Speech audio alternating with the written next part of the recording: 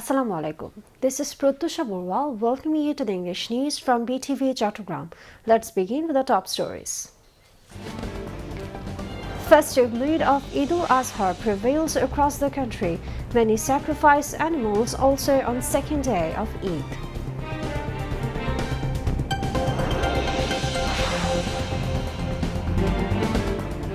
Entertainment-loving people flock to zoo in Chattogram during Eid holidays.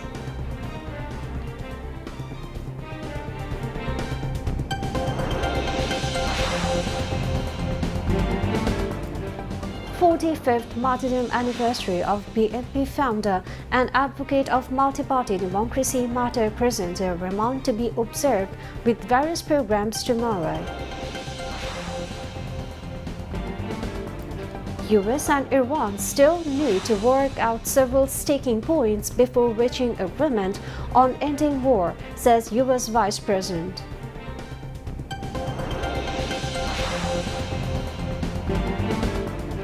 And Bangladesh placed in Group B with Uzbekistan, Syria and India in AFC Under-20 Asian Cup qualifiers.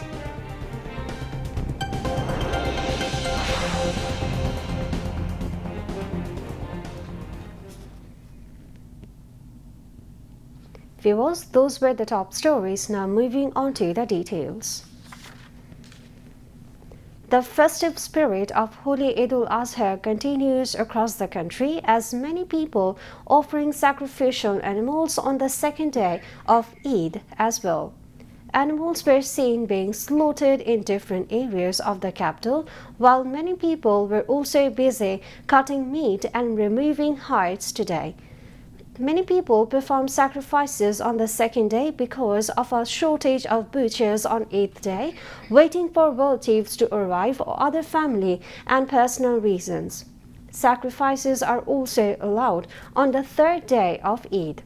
Since the Islamic calendar follows sunset as the end of a day, sacrifices can be performed until sunset of the 12th of Dhul-Hajj.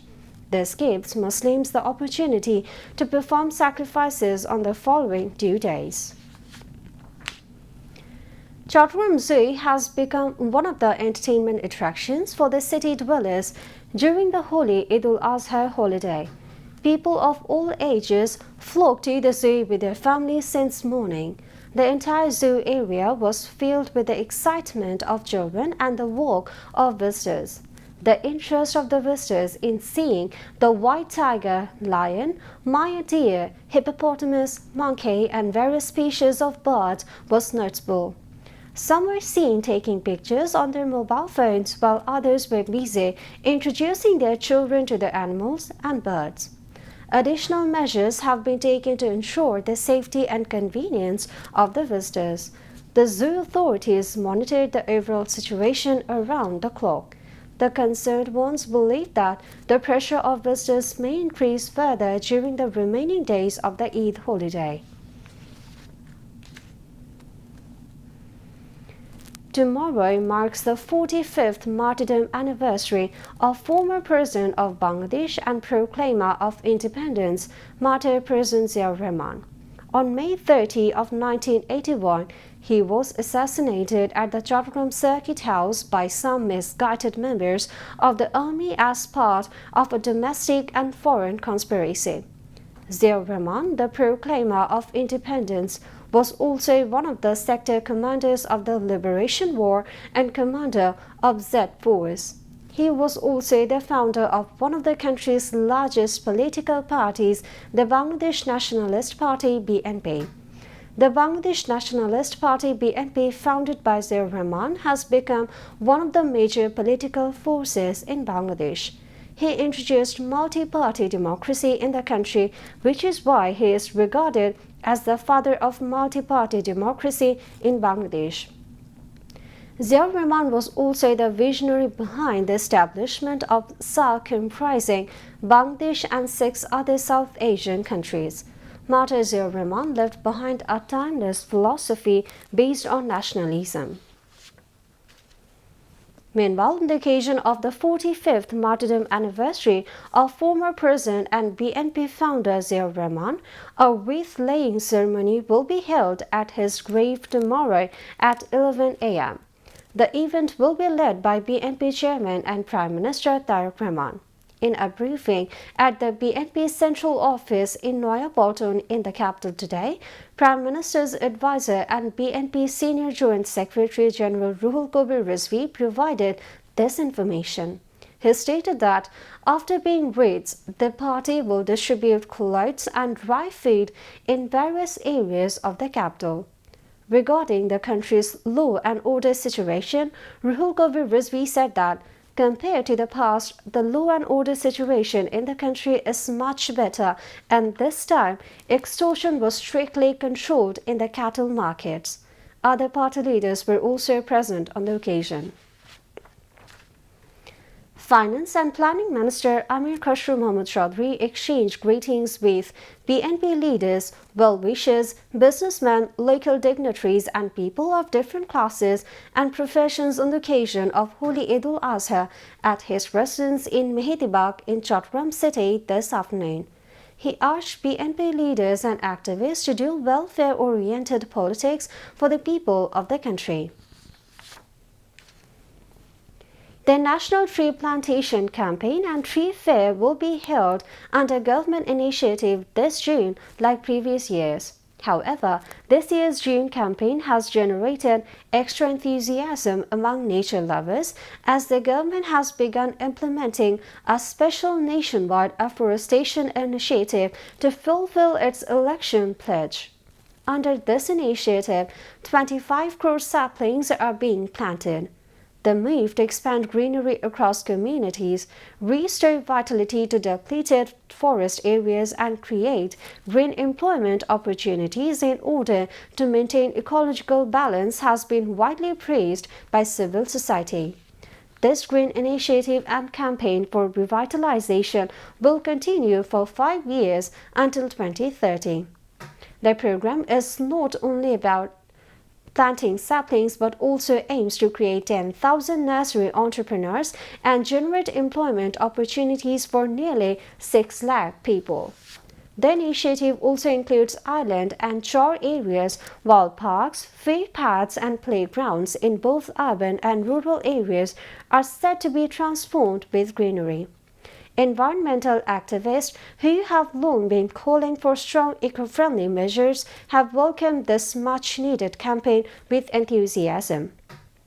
Environmentalists said, alongside the government, civil society must also play a responsible and sincere role in addressing environmental issues. State Minister for Land and Chittagong Hill Tracts Affairs Barrister Mir Mohammad Hilal Uddin said, BNP's development means development of people. Development does not mean just buildings, but the main thing is to improve the quality of life. He said this while distributing Eid gifts among the underprivileged people in Hathazari of Chattogram this afternoon. The State Minister said, in the name of modernity, people have moved away from religion. This has caused chaos for the past 17 years. We have to come back from this. Rebot and Adam Care Global Foundation jointly presented Qurbani Meat and Quran Sharif at the event. Chairman of the foundation Mahmudul Hassan Farhad presided over, while the founder and chief coordinator of the foundation Noshin Arjun Hilal was present as the special guest on the occasion. Gifts were distributed among thousands of underprivileged people at the event. The State Minister exchanged greetings with everyone in the program.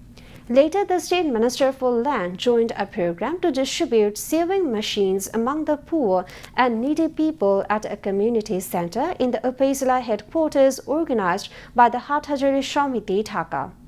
The program was presided over by the President of the Association, Mohammad Shafiul Azam, and attended by the members of the association, including Upazila Nirbahi Officer Mohammad Abdullah Al-Mumin and local dignitaries. Sewing machines were distributed among 30 people at the program. Now, international news.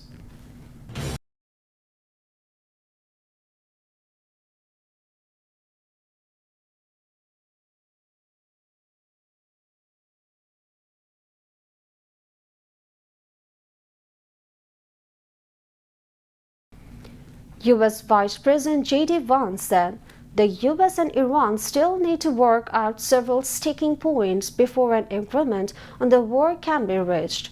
Earlier on Thursday, U.S. officials told the British media outlet BBC that the two countries had agreed a framework of a deal known as the Memorandum of Understanding, pending the approval of Trump and Iran's leadership. It will reportedly extend the ceasefire for 60 days and launch talks on the future of Iran's nuclear program. Iran's semi-official Tasnim news agency reported it had not been finalized or confirmed. According to reports, the framework could allow unrestricted passage through the Strait of Hormuz and give Iran 30 days to remove mines from the narrow shipping passageway. The U.S. will also lift its blockade and issue sanctions waivers to allow Iran to resume selling oils.